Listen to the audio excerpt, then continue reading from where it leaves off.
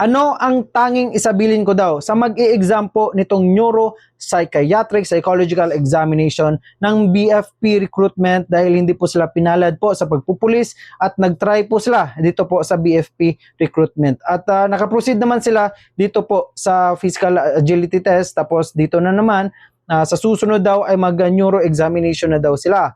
Okay, yung tanging maisabilin ko lamang po bilang isang nag-apply sa BFP ay yung consistency, okay? Sasagutan po ninyo yung mga katanungan po ng text booklet na naaayon po talaga kung ano yung nararapat bilang isang public servant, okay? Alam naman po ninyo yung mga characteristics, emotions, attitudes, or the way we think po kung ano yung dapat at mali, 'di ba? Alam ko pong alam niyo na po 'yan, okay? Kung ano po yung dapat, yun po yung sasagutan ninyo. At huwag po kayong magchichismisan. Dahil ito yung kadalasan ang mali sa isang aplikante na kung meron silang hindi po naintindihan sa instruction, ay hindi po sila nagtatanong sa mismong mga personnel. You need to ask the personnel po. Huwag yung katabi mo. Para naman ay hindi po kayo makadistract sa ibang mga aplikante na siyang nag-i-exam po ng neuro exam.